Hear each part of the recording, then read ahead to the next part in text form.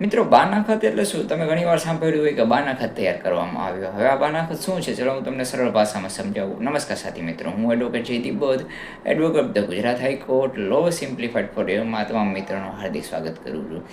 બાનાખતને સરળ ભાષામાં સમજીએ તો જ્યારે કોઈ મિલકત હોય છે, કોઈ જમીન હોય, કોઈ મકાન હોય, આ મિલકતનું જ્યારે વેચાણ કરવામાં આવે છે એની પહેલાં એ જે શરતોને આધારે કરાર કરવામાં આવે છે, ખરીદનાર અને વેચનાર બંને પક્ષની અંદર જે શરતોને આધારે જે કરાર કરવામાં આવે છે તેને બાનાખત કહેવામાં આવે છે.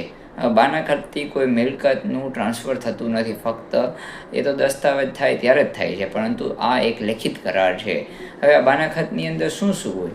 તો કે બાનાખતની અંદર મિલકતનો પ્રકાર શું હોય, મિલકત કેટલી છે, તેમની કિંમત કેટલી છે, કયા પ્રકારની મિલકત છે, આ તમામનું તેમાં વર્ણન કરવામાં આવ્યું છે. સાથે સાથે ખરીદનાર કોણ છે અને વેચનાર કોણ છે આની પણ વિગતો આપવામાં આવેલી હોય છે.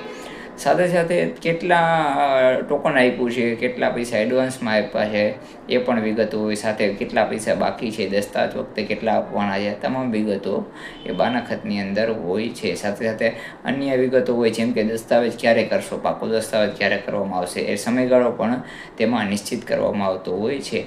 આમ બાનાખતમાં અનેકો વસ્તુઓ આપેલી હોય છે.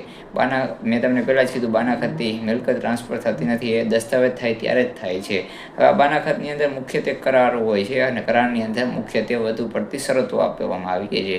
હવે જો શરતોનું કોઈ ઉલ્લંઘન કરે, કોઈ ખરીદનાર પક્ષ અથવા તો વેચનાર શરતનું ઉલ્લંઘન કરે તો શું થાય? જો શરતોનું ઉલ્લંઘન થાય, કરારનું ઉલ્લંઘન થાય તો તમે કોર્ટની અંદર સ્પેશિયલ પરફોર્મન્સ સૂટ દાખલ કરી શકો છો અને કોર્ટ આનો નિર્ણય આપતો હોય છે.